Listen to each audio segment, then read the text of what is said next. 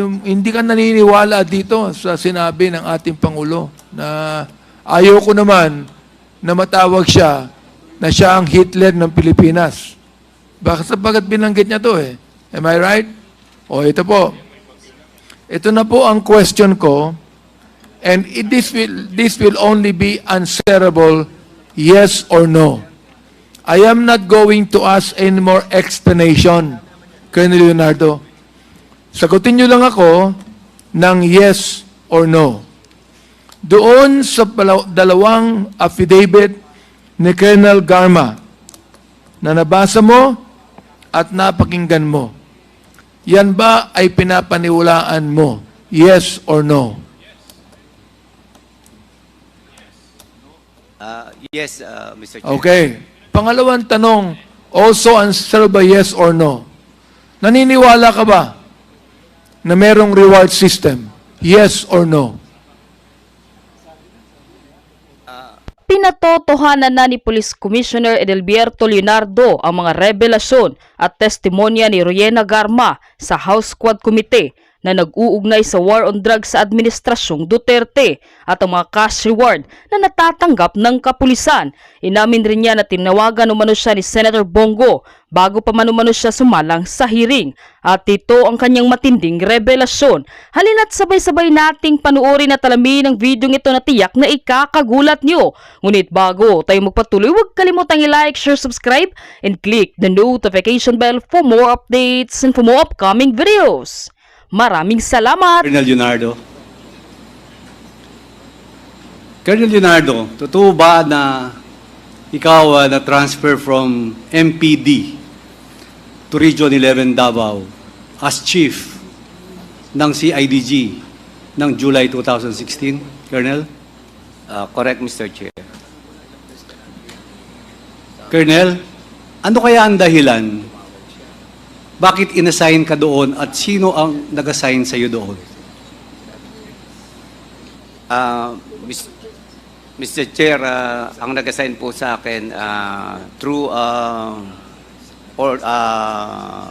memorandum orders, Mr. Chair, is Chief PNP Senator Bato de la Rosa, Mr. Chair. Noong panahon na yon, sino po ang Chief PNP? Si Chief PNP Bato de la Rosa, Mr. Chair. Colonel, sa pagkakaalam ko, hindi basta-basta na ma-assign ka bigla sa isang malayong assignment. Kasi naman ng MPD, tapos nasa MPD ka, bigla kang nilagay sa Davao CIDG. Tama po ta, Colonel? Tama po, Mr. Chair. Paano maaari ibig mong sabihin na na-transfer ka doon, Mr. Colonel? Meron pong order, Mr. Chair, direct from Chief National Headquarters, Mr. Chair, during that time. Colonel Leonardo, merong nakasulat dito na true shoot order kapag gusto ka ng Chief PNP, hindi ba? Ano po yung shoot order na yun? Shoot order po, direkta po, hindi na dadaan ng usual process, Mr. Chair. Nangyayari po yun, Mr. Chair. So, Colonel, ibig mo sabihin malakas ka kay Chief PNP Bato de la Rosa?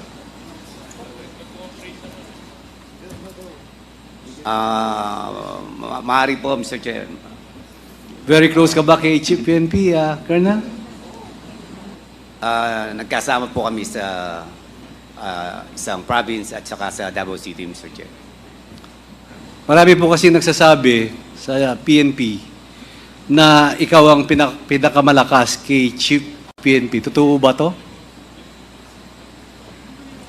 Ay, hindi naman po, Mr. Chair. Hindi lang po ako ang... Malapit po siguro, Mr. Chair, yung... Ngayon, ilang taong ka na-assign sa CIDG 11? 4 years po ako doon, Mr. Chair. 4 years, Colonel. Di ba, dapat maikli na yung 1 year or 2 years. Pag sa kakalam ko, hindi pa pwedeng papalitan. Bakit more than 2 years yata yung pag-stay natin sa CIDG level? Colonel? Basta hindi lang po ako nare-relieve, Mr. Chair. Naghihintay po ako kung i-relieve po ako, Mr. Chair. Hindi Sa po ako pa- nakatanggap ng orders. Hindi ka nakatanggap ng order para palitan ka na kahit naging 4 years ka na doon, Colonel? Opo, Mr. Chair. Colonel Leonardo, ngayon, di ba nagpatunay ito ng naiba? Kasi matagal kang na-assign dyan sa CIDG 11. Ano ba ang dahilan? Bakit hindi ka po napapalitan?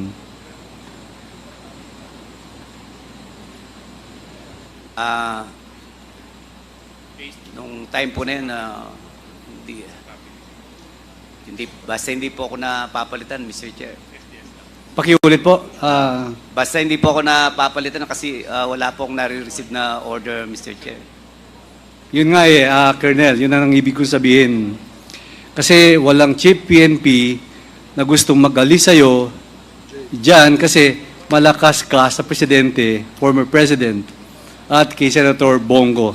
Tama ho ba yun na Colonel Leonardo? Malapit din po ako, Mr. Sir, sa kanila. Malapit ka kay... Pakiulit po. Malapit po ako sa kanila po yung... Kanino po? Pakibanggit po kung kanino. Kay Senator, ngayon Senator Bongo po, Mr. Chair. At kay Presidente. Maaring ganun din po, Mr. Chair. Maaari ba, Colonel, ano ba ang ginagawa mo para sa kanila? Bakit napakalapit mo sa ating Pangulo at kay Senator Bongo? Unang-una, Mr. Chair, si Senator Bongo po, na minsan nautusan din po ako nung time na yun, Mr. Chair. Kung ano po ang kailangan nila, kung kaya ko po, at concerning yung pong function ko as CIDG Regional Chief, Mr. Chair. Pwede mo akong kaming bigyan ng halimbawa na inuutos sa iyo ni dating Pangulo at paano ka nagre-report or vice versa? Paano ka binibigyan ng instructions? Tinatawagan ka ba? Tinitext ka ba? Ini-email ka ba? Paano po, Colonel? Tinatawagan po ako ni Senator Bongo noon po. Pagka meron lang po mga ipapacheck, meron siyang kailangan information or sometimes meron kailangan i-verify or kung ano man po ang inuutos niya, Mr. Chair. Ayun, ang ibig ko pong sabihin, ay nakakadirekta kang tumawag anytime kay Senator Bongo. Tama ho ba? Pag may utos po, Mr. Chair, nakakadirekta naman po. Nakakadirekta po kayo. So, ano namang klaseng mga utos, Colonel? Pwede ka bang magbigay ng halimbawa, gaya ng na halimbawa may utos sa'yo, Colonel, pwede bang ganito? Pwede mo akong bigyan ng halimbawa dito sa committee ito? Halimbawa po, may kailangan siya na information at kaya ko naman pong ibigay, ibibigay ko po sa kanya. At kung wala akong information, magtatanong po ako doon sa kung saan po yung concern ng kanyang itinatanong or kung ano man po ang gusto niyang malaman, Mr. Chair. Anong halimbawa itatanong niya? Tatanong niya kung anong bayan yan, kung sinong tao yan, o halimbawa, kung anong lugar yan. Yun ho ba tinatanong sa inyo? Colonel? Meron din pong ganoon, Mr. Chair. So kadalasan, yun po ang ginagawa nyo. Opo, Mr. Chair. So ikaw ang nagbabalidate o nagbibigay ng impormasyon na kailangan niya tungkol sa isang tao. Tao, lugar, ganun ba ang ibig nating sabihin dito? At siyempre, kailangan mo ring i-validate ang isang bagay kung ano ang pwedeng may report mo sa ating boss. Tama ho ba, Colonel Leonardo? Yes, Mr. Chair. Anong pagkakataon na natatandaan mo yung binalidate mo kay Senator?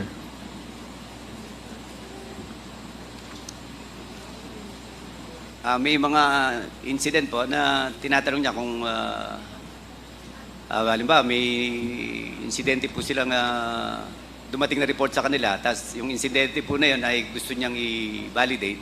Ako naman po ang gagawin ko, minsan tatawag po ako sa mga region concerned po yung information, then ipapasa ko po sa kanya, Mr. Chair. So, meaning to say, tinatanungan ka about sa mga nangyayari, sa mga tao, na halimbawa may namamatay o nahuli during the time, Colonel, tama ho ba? Meron din po mga ganong pagkakataon, Mr. Chair, pero bibira lang po. So, ibig mo sabihin na pag may nangyari sa isang lugar, ikaw ang tatawag at i-report mo. I-validate mo sa kanya ang nangyayari, Colonel? Ganyan ba? Halos ganun po. Mag-check po ako sa isang kung saan po yung area. Pwede pakiulit, medyo mahina ang boses nyo? Ganun nga po, Mr. Chair. Colonel Leonardo, totoo ba yung naririnig ko na kayo ang paymaster? Hindi naman po, Mr. Chair. Sino po ang alam niyong paymaster pag halimbawang may na-validate, may nangyari? Sa aking research, parang ikaw ang kilala mo ba kung sino yung nagbabayad?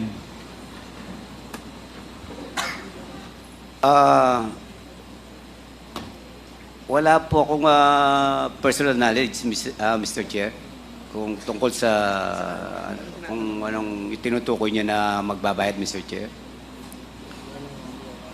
So, Colonel Leonardo,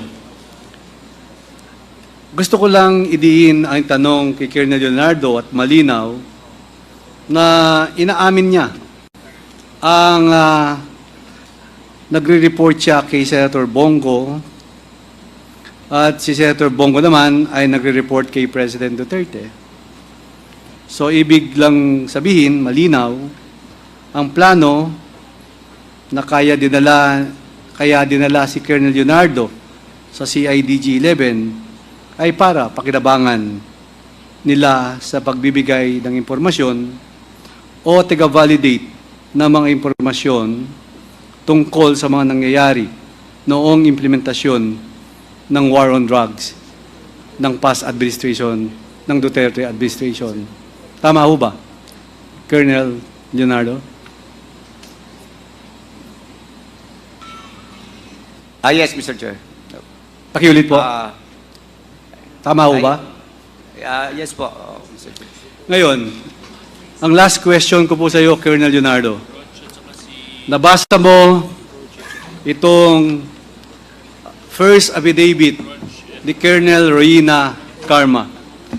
At binasa niya ngayon yung pangalawang supplemental supplemental affidavit ni Colonel Garma. May tanong po ako sa inyo. Naniniwala po kayo sa dalawang affidavit ni Colonel Garma at pinatotoo nyo pa na itong lahat sinasabi ni Colonel Garma ay walang kasinungalingan at totoo itong sinasabi niya? Yes. Microphone, please.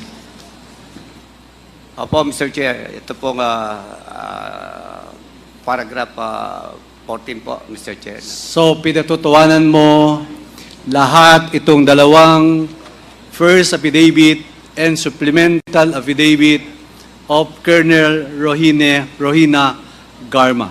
So I just want to put on record, Mr. Chairman, that these two affidavits are validated by Mr. Chairman, Colonel Leonardo. who is that person that is whispering to Colonel? May I know, may I know What who is the that personality of gentleman that person? Is he your lawyer, Colonel Leonardo? Yes, Mr. Chair. What is his name? Attorney Aguinaldo Sepnio, Mr. Chair. Attorney, have you entered your appearance before this committee?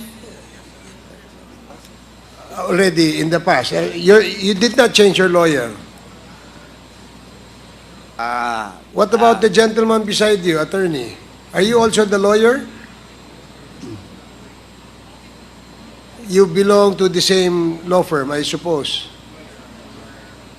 May I know what's your name, attorney?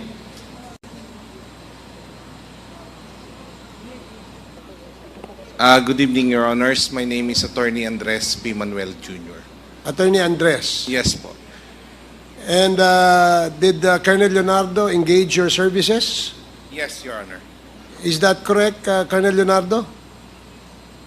Yes, Mr. Chair. So you have two lawyers with you? Yes, Mr. Chair. Okay, sige, salamat. Please continue. So, yun lang yung aking huling katanungan na yung dalawang affidavit, pinatotoo lang, that the two affidavit of Colonel Garma are correct. Tama po lahat ito. Maraming salamat po, Mr. Chairman. Okay, thank you. Mr. Chair, Before, are you going to interpolate May I? Congressman Yes. Abante? Okay, Congressman Abante, and then Congressman Rog Gutierrez, and then Congressman Nordan Suwan. Please proceed, Congressman Abante. thank you, Mr. Chair. Colonel Leonardo, I just would like to make a premise of my argument to you, no? Kung maaari ka lang makinig, di ba? Narinig mo na ang ipinahayag ni Colonel Garma tungkol sa kanyang dalawang affidavit. Hindi ko na kinakailangan pang yan ay bigyan ng kaukulang pansin pa. Subalit, for the purpose of clarification, Mr. Chair, Colonel Leonardo, I just would like to make this manifestation before I would ask you a question. Sa wikang Tagalog, ito po ang sinasabi. Ayon sa testimony ni Colonel Garma, sinabi daw ni Presidente Duterte sa kanya na kailangan niya ng isang PNP officer or operative who is a member of the Iglesia ni Cristo, indicating that he needed someone of implementing the war on drugs on a national level, replicating the Davao model. Ang sabi niya, ikaw ay nakasama sa meeting na yan. Itong meeting na ito ay preparatory para sa war on drugs ni Pangulong Duterte. I would like you to know that me personally believe that drugs should not in any way be permeating in this nation. Palagay ko, naniniwala ka rin dyan, di ba? Naniniwala po ako dyan. I believe in the war on drugs. But what I do not believe is when you have to kill more than 20,000 people so that drugs can be stopped. And it did not even stop. Palagay ko, you being a religious person, Colonel Leonardo, naniniwala din po kayo na ayaw nyo ng maraming mga killings. Ano po? Oo. Yan din ang paniwala nyo, di ba? Alright. Ngayon, ito, ang sinabi ng ating Pangulo. Iko-quote ko, ha? Hitler, I quote, Hitler massacred 3 million Jews. That is his quotation at one time. Mali pa nga yung 3 million eh. It is 6 million. Hitler massacred 6 million Jews, as I correct it. At ang sabi niya, there is 3 million drug addicts in the Philippines. There are. I'd be happy to slaughter them. Palagay ko naman ay hindi ka naniniwala dito sa sinabi ng ating Pangulo na ayaw ko naman na matawag siya na siya ang Hitler ng Pilipinas. Bakit sapagat binanggit niya to eh? Am I right? O ito po. Ito na po ang question ko, and this will only be answerable yes or no. I am not going to ask any more explanation, Colonel Leonardo. Sagutin niyo lang ako ng yes or no. Doon sa dalawang affidavit ni Colonel Garma na nabasa mo at napakinggan mo, yan ba ay pinapaniwalaan mo? Yes or no?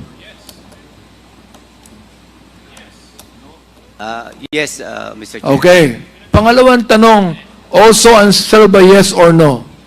Naniniwala ka ba na merong reward system? Yes or no? May narinig ako, yes, Mr. Chair. No. Yes or no lang. Naniniwala ka ba na merong reward system? Yes or no? Yes, Mr. Chair. Okay. Yun lang po ang gusto ko. I rest my case, Mr. Chairman. Sinagot na po ni Colonel Leonardo ang aking mahalagang katanungan. Thank you. Okay, thank you, Congressman Abante. The next interpellator is Congressman Rog Gutierrez. You are Thank you. recognized. Thank you, Mr. Chair. Mr. Chair, konting katanungan lang po kay Colonel Leonardo. Colonel Leonardo, good evening po, Mr. Chair. Alam ko po, some of these questions were already asked earlier, but given the context of the new affidavit of Ms. Garma, we thought we'd ask you again po, no? So, Colonel Leonardo, can you tell us again, I believe this was asked by Chairman Dan Fernandez earlier. According to the affidavit of Colonel Garma, kayo po ay tinap ng former president to form a special team, no, to replicate the Davao template. Do you confirm this, Mr. Chair? Yes, Mr. Chair. But according to your statement earlier, contrary to the affidavit of Colonel Garma, hindi po ito natuloy. Hindi po natuloy, Mr. Chair. Hindi po natuloy. So in a sense, you admit that there is a Davao template po ba? Meron po, Mr. Chair, yung ano nga po, Tokhang, Mr. Chair. Okay. So Tokhang, meron pong Davao template and you were tasked with replicating it nationwide. Nabanggit po ninyo na yung original tasking for supposedly yung task force is to replicate it Luzon, Visayas, Mindanao. Tama po ba to? Initially po, ano po kami, plano nga pong ganon, Mr. Chair, yung sa task force, na hindi naman po natuloy, Mr. Chair. Hindi natuloy kasi na-operationalize yung drug war through Operation Double Barrel, Opland Double Barrel. Tama po ba? Tama po, Mr. Chair. But despite the existence of Opland Double Barrel, nag-continue pa rin po ba yung inyong task force in some other capacity? Hindi na po, Mr. Chair, nag-follow po kami kung ano yung national ano po, implementation yung nung double barrel, Mr. Chair. So you were now operating within the terms of Opland Double Barrel. But after that po, no, kasi naalala po natin, nabanggit po sa affidavit ni Colonel Garma, yung meeting po ninyo, which you did not deny, between Class 96 and 97, nangyari sometime in May 2016, just before, after the victory of the incoming administration, but before taking oath noong June 30, tama po ba? Actually, parang ano po, last week po ng June, Mr. Chair. Last week of June pala, sorry. So the last week of June, but before assumption po ng administration. Yes po, Mr. Chair. Ang nabanggit po sa affidavit ni ni Colonel Garma na meron po kayo you were already tapped for this task force. May nabanggit na po sanang operational ideas kayo. But after the meeting noong June 2016, may mga pagbabago. Ito na po ba yung sinabi mong hindi natuloy or more on mga operational changes lang po ito? Yan na po yun, yung Mr. Chair, hindi na po yun natuloy. Hindi natuloy. But despite that, Mr. Chair, Colonel Leonardo, shortly after 1 week after assumption of office of the new administration, nalipat na po kayo sa CIDG 11. Tama po ba? Tama po, Mr. Chair. So, kayo po ay naging regional chief for CIDG. Tama po, Mr. Chair. And I believe natanong na po ito dati, pero as CIDG chief, you would only report to either the chief PNP or the regional director. Tama po ba?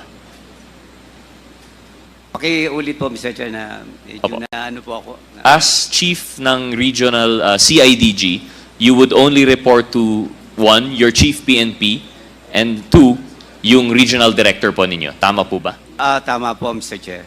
But aside from this, you still have admitted before that you have a personal relation with both with the former president. Tama po ba? Personally, magkakilala po kami, Mr. Chair. But of course, tinap na po kayo for the supposed task force. Kahit hindi natuloy, nagkaroon po kayo ng meeting sa Mandalay Hotel po ba yun? Ano po, Panakan po, Mr. Chair. I'm sorry. Panakan po, Panakan, Davao City, Mr. Chair. Apo, so nagka-meeting po kayo. So you're in a familiar terms with the former president. Nagkaroon po kami ng, na-meet lang namin siya, Mr. Chair. Okay. Dahil courtesy call po yun, Mr. Chair. Courtesy call, but you admitted earlier that you were tapped for the task force. Kahit hindi natuloy, natap po kayo ng administration. Tama po ba? Opo, Mr. Chair. Okay, so given that you were tapped, and then given that you had that meeting, despite po na hindi na operationalize yung iyong task force, you already had that working relationship while you were chief of CIDG 11. Tama po ba?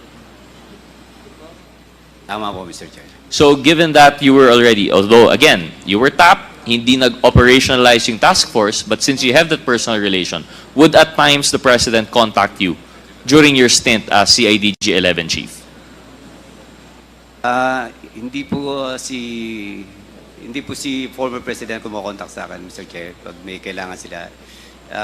Then, Sap Bongo, Mr. Chair. So si Special Assistant to the President, Bongo, yung nagko-contact po sa inyo. Opo, Mr. Chair, pagka may kailangan lang po. And aside from SAP Bongo, as you mentioned earlier, si Chief PNP Bato de la Rosa would also contact you. Tama po ba? Or for any concerns of the President, talagang kay SAP Bongo lang po yan?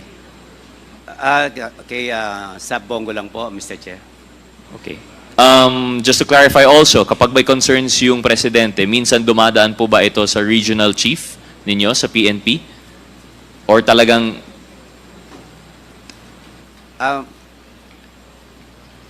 Minsan po akong tinatawagan, Mr. Chair. Minsan po tinatawagan. Pero if the President would not course any instructions to the Chief PNP, it's unlikely that the President will course instructions through your regional chief.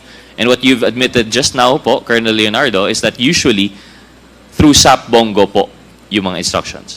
Now, Mr. Chair, most respectfully, Colonel Leonardo, what kind of instructions po ang dinadaan po through SAP Bongo?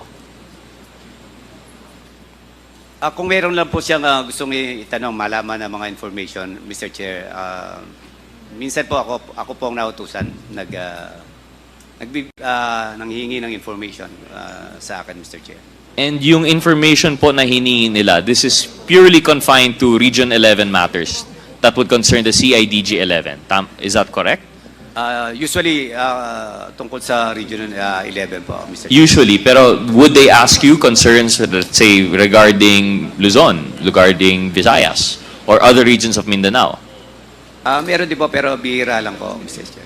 Bakit kaya po tinatanong, why would they be asking you if you are CIDG 11 chief, but they would ask you for information other places? Would this somehow be related with the fact na kayo nga po ang tinap for the operationalization of the drug war task force? Hindi naman po, Mr. Chair. Actually, they can go straight through to the Chief PNP, Mr. Chair. But there are instances, Mr. Chair, na kung kaya naman sa level ko lang po, minsan ako na po nautusan just to check, Mr. Chair, or just to give them information. Kung ano po yung inuutos, Mr. Chair. Mr. Chair, in your experience po, in your many years in the PNP, is it normal for the President to contact a regional head? Isn't it usually for any concerns that they would have? Sa Chief PNP po, tinatanong? It's not the President who's contacting me, Mr. Chair. It was only then SAP Bongo, Mr. Chair. Sorry, just to clarify, Colonel Leonardo, but you mentioned that SAP Bongo would contact you on behalf of the President. Or you have no way to confirm? Well, I believe, Mr. Chair, may direct contact po siya kay President, Mr. Chair. Opo. So it would be understandable kasi po siya ay special assistant to the President. So any concerns coming from him would naturally flow from Malacanang. So you would assume that it's from the President. So forgive me for the semantics when I mentioned earlier that the President would contact you, but to be technically, to be specific, as you said, so it would be SAP Bongo who would contact you for concerns that may involve the President. Tama po ba? For concerns that he wanted to know about, Mr. Chair. Okay. And generally, Colonel Leonardo, through the Chair most respectfully, these are drug war-related concerns? Meron din pong mga information na gano'n, Mr. Chair. Mr. Chair, just to clarify po, no, kasi nabanggit nga rin naman ni Chair Bante. So you believe that there is a payment and reward scheme. Tama po ba? Naririnig ko lang po, Mr. Chair. Narinig mo. Have there been any instances when you have been contacted by the leaders? In this case, sabi niyo po, si SAP Bongo, did he ask you to verify anything in relation to either the drug list or a payment of reward scheme? Meron pong tinatanong siya sa akin na information about yung mga nasa list. Ako naman po, tatanong po ako sa PNP, Mr. Chair. Pero doon po sa reward, hindi po ako natanong tungkol doon, Mr. Chair. Nabanggit po earlier, I think it was Congressman Pimentel who was asking you about a certain list of names that were mentioned in the affidavit of Ms. Garma. Nabanggit po dito yung the likes of Romel Bactat, Rodel Serbo, Michael Palma, Lester Berganio, and Peter Parungo. And you confirmed knowing them. Tama po ba, Mr. Yes, Chair? Mr. Chair. But you deny that this was the team that you tapped, even for your temporary task force? Or do you admit na sila nga po ang kinontak ninyo? Actually, they were part of the plan, but it did not happen, Mr. Chair. Okay, so they were part of the plan. And when... Yes, Mr. Yes. Chair. Some of them, not all of them, because the other two are just striker, Mr. Chair. Strikers. Civilian. And you admit to having contacted them because they were part of the plan in which you were going to. So this corroborates the affidavit of Ms. Garma. However, you deny that this was operationalized. You mentioned that upon the assumption of the administration and the operationalization of Oplan Tokhang, hindi po ito natuloy. But how do we account for the fact that Ms. Garma was able to identify them po? Did you at any time inform Ms. Garma of these so-called picks of yours for your team?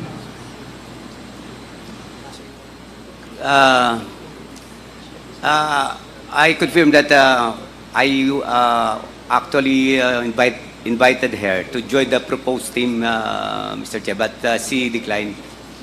Okay, so when you invited her for the proposed team, that's the time that you mentioned to Colonel Garma na ito po ang mga pinili ko nyo for the team, and then ganito yung magiging operational protocol po niyo, etc., etc. Is that a one-time communication that you had with Colonel Garma when you relayed such to her? We did not discuss the details, Mr. Chair. But you discussed the members of the team, kaya nga nabanggit ni Colonel Garma sa kanyang affidavit, itong members na to. Yeah, we did not discuss.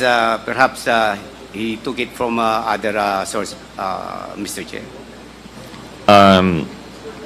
Well, we will have to accept that as your answer, but it should be noted by this committee that these were actually in the affidavit of Colonel Garma.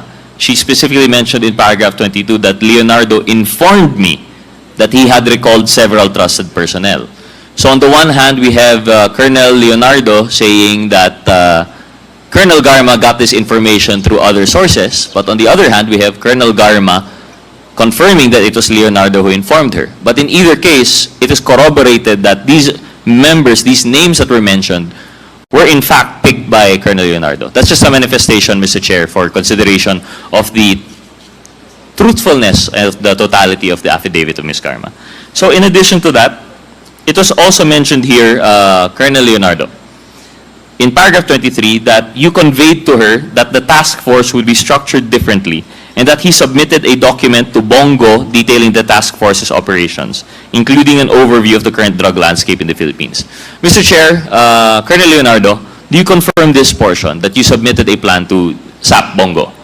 Or at the time, hindi pa po siya SAP, I think. We did not submit any proposal, Mr. Chair. So It was you, just a plan, Mr. Chair. oh yun, not a proposal, but there was a plan. And did you submit this, you indeed submitted this plan to the higher authorities? We weren't able to do so, Mr. Chair, because there was there was a plan already for the PNP, Mr. Chair.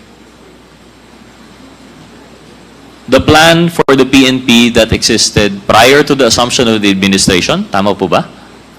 Because at the time that you had this meeting in June 2016, hindi pa po nakakaupo yung presidente, tama po? Yes, Mr. Chair. So at the time that you were crafting the plan, how did you know na hindi matutuloy kung wala pa naman Oplan double barrel? Meron na pong plano yung sa double barrel, Mr. Chair, prior pag-upo. Bago pa umupo si Senator then Chief PNP Bato de la Rosa, Mr. Chair. So Mr. Chair, Colonel Leonardo, saan po dun yung fit supposedly ng proposed task force ninyo? Kung meron ng operation Oplan double barrel that was already being planned even prior to the assumption of the administration, tapos tinaprin po kayo, and I think this is corroborated because on national TV, the former president, although it would have been ideal for him to confirm it here today, but since he's not here, we'll have to take yung media coverage for its word, no? Nabanggit na it was admitted that you were picked because magaling, he trusted you with money, hindi mo gagalawin yung pera, etc., etc. So it corroborates the fact that you were chosen. And you did admit to being chosen for a planned task force, although you're very specific in saying na plano pa lang po.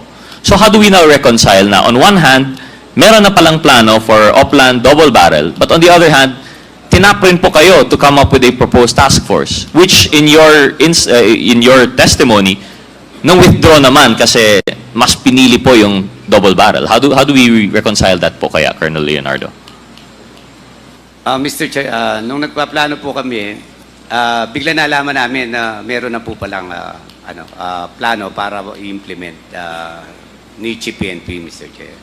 Mr. Kaya Chair, po hindi na you po mentioned natuloy. nalaman po namin or nalaman na lang namin? Nalaman po namin, Mr. Chair, kasi I was still nasa NCR po ako noon, Mr. Chair. So it was already conceptualized that the PNP will implement Tokhang, similar with that of implementation in Davao during the time of Serbato as Davao City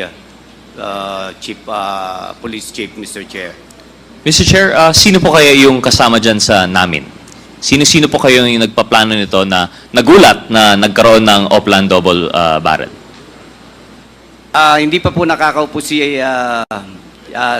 Chief PNP Bato, Mr. Chair. Meron na po mga nagplano sa hierarchy ng PNP because alam po nila yung model na gusto ni Chief PNP, Mr. Chair.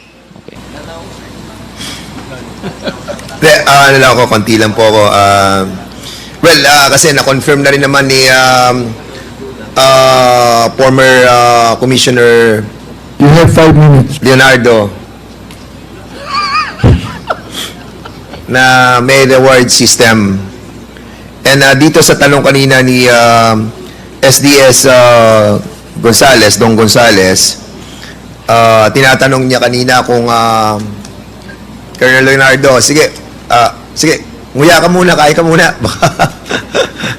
Okay ka na?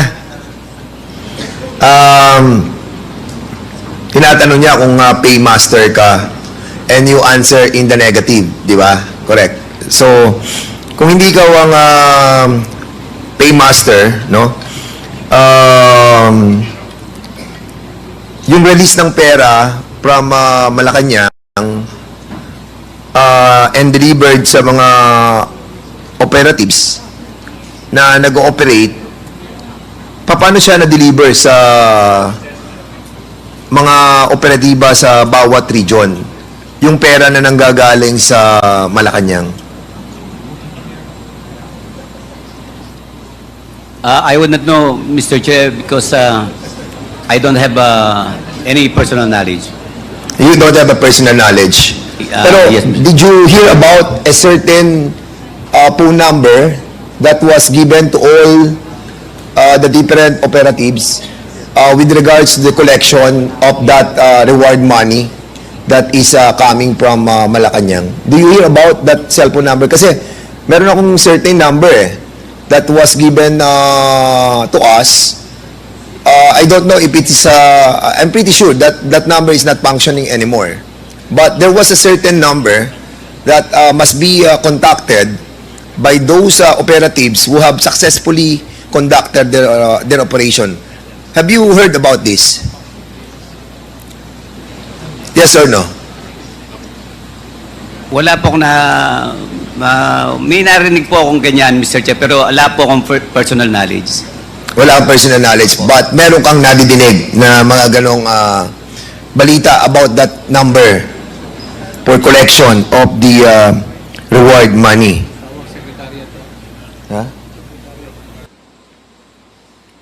May narinig lang po ako, Mr. Chair, pero ganun din po, wala po akong personal knowledge. Okay, dito po sa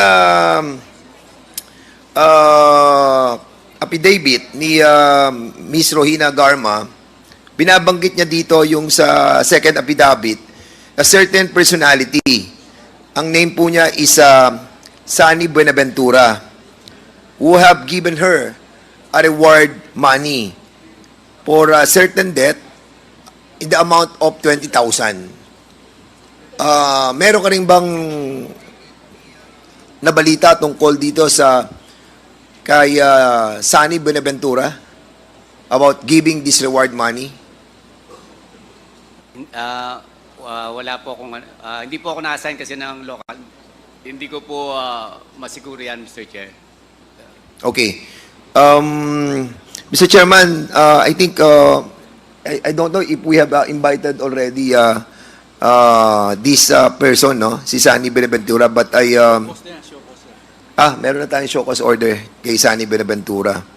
And there is also a certain Sergeant Suwan who gave also 20,000 to Miss Rohina Garma for certain accomplishment. Also, a payment was given also. Have we invited also? Yes, Madam. Mr. Chair, namatay na po yan. He was shot sometime parang 2021 po. So namatay na si Sergeant Suwan. Opo. How about si Boy Alce? Namatay na rin po, illness po, cancer. Okay. But si Muking ay boy pa. Si Muking we have already invited also, no? And cited motion for show cause order ata.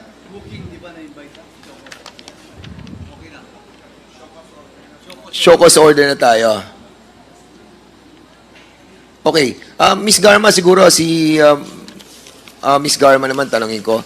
Kasi dito sa affidavit mo, may nakalagay dito na your first appointment sa Davao Police Office, 1999 pa. Excuse me. January 1999, you were appointed as Chief of Women's Desk sa Davao Police Office. Is this correct? That was my second assignment with Davao City Police Office, Mr. Chair. What was your first assignment?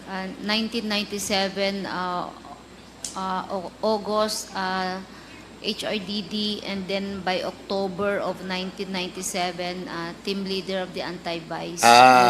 Yes, it was here. Yes. So, nung after your graduation, nung 1997 August, na-assign ka sa Davao City sa administration of Mayor Yes, Mr. Chair. Rodrigo Roa Duterte. At noong 1997 October, appointed ka naman as team leader of the anti-vice unit. Yes, Mr. Chair. At noong January 1999, hindi na si Digong ang presidente. Ang mayor. I think, yes, Mr. Si Ben de Chair. Guzman. Yes, ang Mr. mayor. Chair. Yes. So in other words, naandun ka na sa Davao for so many years. Yes, Mr. Chair. At doon mo nabalitaan yung tinatawag na Davao Death Squad because you were there since 1997, 1998, 1999, and when you were assigned sa SASA as Commander of Santa Ana Police Station from 2012 to 2016, that is 4 years. 4 na taon ka sa SASA. Almost 4 years, Mr. Chair. It's just 3 years and 6 months, I think. So, in other words, matagal ka na rin talaga sa Davao na na-assign sa different positions. Yes, Mr. Chair. At dito mo sinasabi sa iyong affidavit, yung mga nasaksihan mo na mga pagpatay sa iba't ibang klase ng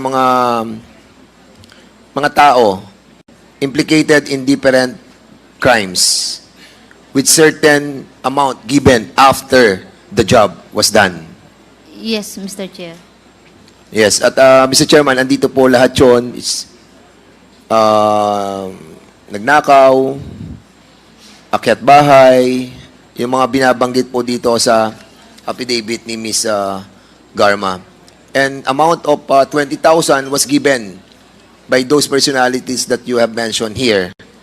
And there was also in your affidavit about the 5,000 that are being given every month para sa reimbursement naman na Yes. binibigay ni Yusek Muking. Yes, Mr. Chair. So, basically, Mr. Chairman, this is the pattern that was done in the Davao City during the time of the then Mayor Rodrigo Roa Duterte. And, ito yung nakikita natin na nangyayari sa buong bansa. And we need these personalities, Muking and si Pedro Parungo, to be here in the next hearing, Mr. Chairman. So, for the meantime, Mr. Chairman, yun po muna at maraming salamat po. Thank you, Congressman Dan Fernandez. Just a short question lang para kay Colonel Leonardo. Colonel Leonardo, I recall that during the time when President Duterte called all the alleged scalawags in the Philippine National Police, hindi ba nagpatawag siya ng isang meeting sa Malacanang? Sa Malacanang ba yun? Colonel Leonardo?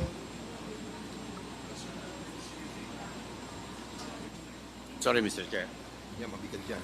Wawa naman, kumakain muna. Si Garma muna, tanongin mo paano. Sige.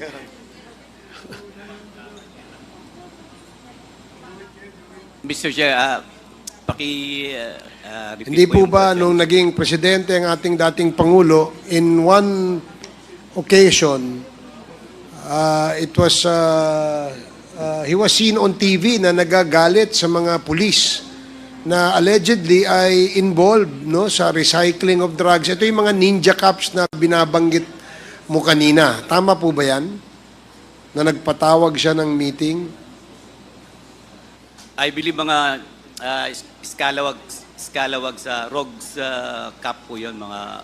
So yung mga rogue members rogue ng member ng po, PNP, pinatawag ni former President Duterte sa Malacanang. Tama, no? napanood ko lang po, Mr. Chair, pero wala po akong personal. So wala ka doon. Wala po ako, Mr. During that time, where were you assigned? CIDG 11 lang po ako, Mr. So CIDG 11 ka na. And you know, nung pinatawag ni dating Pangulong Duterte ang mga scalawags na ito, sinermonan niya ito. Kasama niya si then Chief PNP Bato de la Rosa, tama? Parang nandun po, Mr. Chair. Napanood ko lang po sa TV, Mr. Chair. And nandun din yata si General Oka Albayalde. If I remember correctly, dun sa screen grab o yung news na yon, nakita ko na nandun yung mga nakapila, yung mga pulis na mga scalawags at sinabi, at tinapon sila lahat sa Mindanao. Is that correct? Parang ganun po, parang nire-assign. I'm not sure, Mr. Chair, kung saan po pinadala, Mr. Chair. So you have no idea kung saan pinadala. Napanood ko lang po, Mr. Chair, sa ano yan, sa... Kaya ako natanong kasi sa iyo yan dahil ang pagkakaintindi ko, ayon sa salaysay ni Colonel Garma, na ikaw ang overall o sentro. Ikaw ang nasa sentro nitong implementation ng Oplan Tokhang at saka Double Barrel. And part of the policy or the program is to discipline yung mga scalawags o yung mga rogue PNP members. Hindi ba kasama yan sa pulisiya ng war on drugs? Kasali po, Mr. Chair. So kapag kaganyan, halimbawa, ikaw ay scalawag, identified ka na scalawag, tinatransfer ka. In fact, maraming Mindanawan ang nagre-reklamo, bakit sa Mindanao tinatapon? Kung di rin ako nagkakamali, nung sila tinapon doon, nagkaroon pa ng insidente ng patayan. Do you recall and remember those incidents na nangyari sa Mindanao? Na kung saan yung mga itinapon ng mga scalawags, namatay doon sa Mindanao kung saan sila na-assign. Mr. Chair, I have no any particular information regarding that, Mr. Chair. It's But you know that there were scalawags that were reassigned from their original post or units, tinapon sila somewhere in Mindanao. You're aware of that? Meron pong ganon, Mr. Chair. Would you be able to give us an estimate kung ilan number ng PNP scalawags ang itinapon papunta doon sa Mindanao?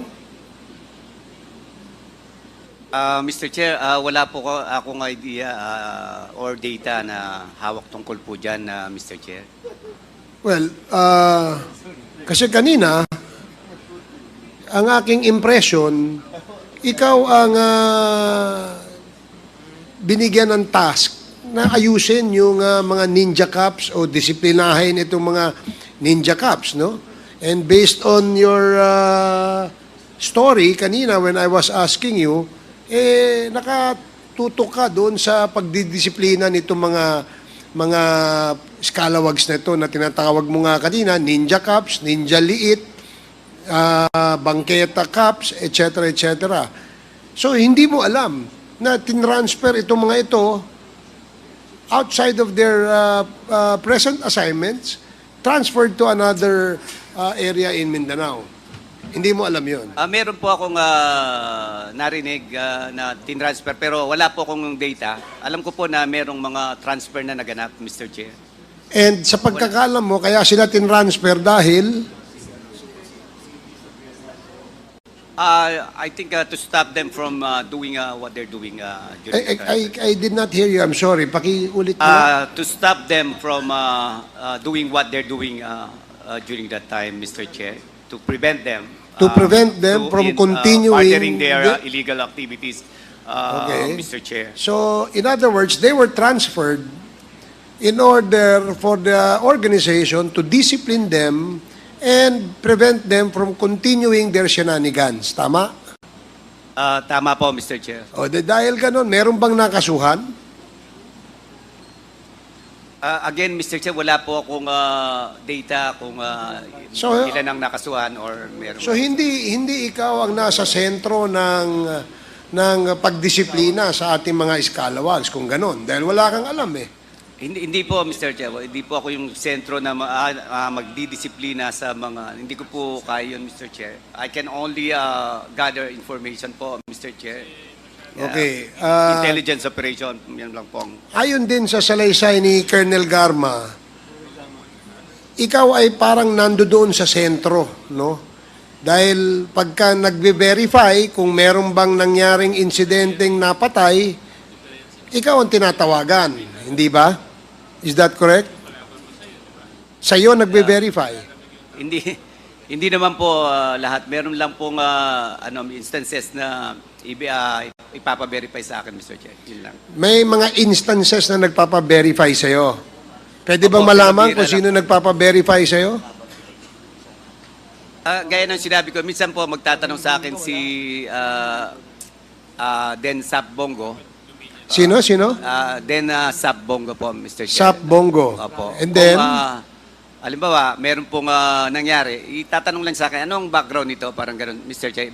Ako naman po, hingi ako ng report, then ibibigay ko lang po sa kanya. Yun lang po ang ginagawa At ko. pagkatapos niyang ma-verify, anong sunod na hakbang ang ginagawa ninyo? Hanggang doon lang po, Mr. Chair. Ako po, tatanungin ko lang po yung region kung meron silang report or hingi lang po ako ng report. Pero kanina kasi, sinabi mo at pinatotohanan mo yung salaysay ni Colonel Garma na there was a reward money in the implementation of the war on drugs. Sinabi mo yung kanina at sabi mo naniniwala ka at sinasabi mo rin na totoo yung reward money at naririnig mo. Although, hindi mo sinabing ikaw ay nakatanggap ng reward money. Hindi ka ba nakatanggap ng reward money? Hindi po, Mr. Chair. Never? Never po, Mr. Chair. Never? So, kung naniniwala ka na merong reward money, saan ba maaaring nanggagaling itong reward money na ito? Sa iyong opinion. In your expert opinion as a seasoned police officer who is in the thick of the fight against illegal drugs, sa tingin mo, saan nanggagaling itong iyong reward money na sinasabi? Mr. Chair, hindi ko po alam yung kung sa... Hindi mo alam kung saan nanggagaling pero naniniwala ka na merong reward money. Narinig ko lang po, Mr. Chair, yung about sa reward money. Pwede bang ikwento mo sa amin paano mo narinig? At ilang beses mo narinig kung totoong narinig mo lang? Actually, Mr. Chair, narinig ko lang po sa mga... Kanino mo narinig? Sa mga, ano rin po, mga pulis din po na mga kasama ko, Mr. Chair. So in other words, dahil narinig mo siya sa mga pulis na mga kasama mo rin, ang ibig sabihin, may katotohanan na meron talagang reward money. Kaya may kasabihan, if there is smoke, there is fire. Naniniwala ka ba sa ganon, Colonel? Ano po? Ano? Pakiulit po. Wala naman kasing lalabas na kwento, gaya ng nabanggit mo, na naririnig mo. Sabi mo, naririnig mo. Tinanong kita, ikaw ba'y nakatanggap ng reward money? Sabi mo, hindi. Ikaw ba may narinig? Sabi mo, oo. Dahil ikaw mismo nakarinig mula din sa mga kasama mong mga membro ng PNP. Tama? Kwento-kwentuhan lang po, Mr. Chair. Okay. Kung kwento-kwento lang yan, kanino kaya pakisabi mo nga sa amin kung kaninong kwento mo narinig yan? Actually, yung passing na mga kwento lang po, Mr. Chair. Kasi hindi ka panipaniwala na hindi mo alam na merong reward money because may kasabihan, no? If there is smoke, there is fire. Sang-ayon ka ba sa ganon? Opo, Mr. Chair. Okay. Ngayon, dahil alam mong merong reward money at hindi mo naman ito dininay, in fact, nung tinanong ka, pinatotohanan mo na ang sinabi ni Colonel Garma ay may katotohanan.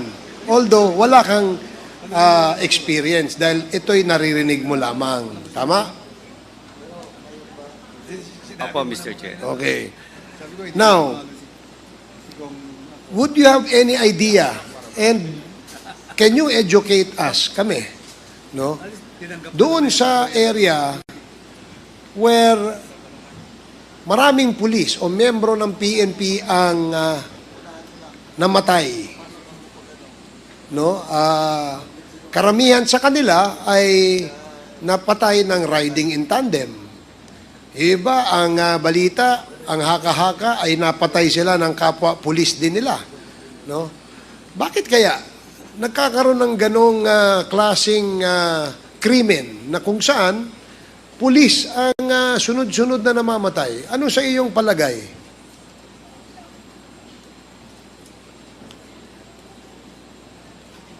Mr. Chair, tungkol po sa namamatay na pulis.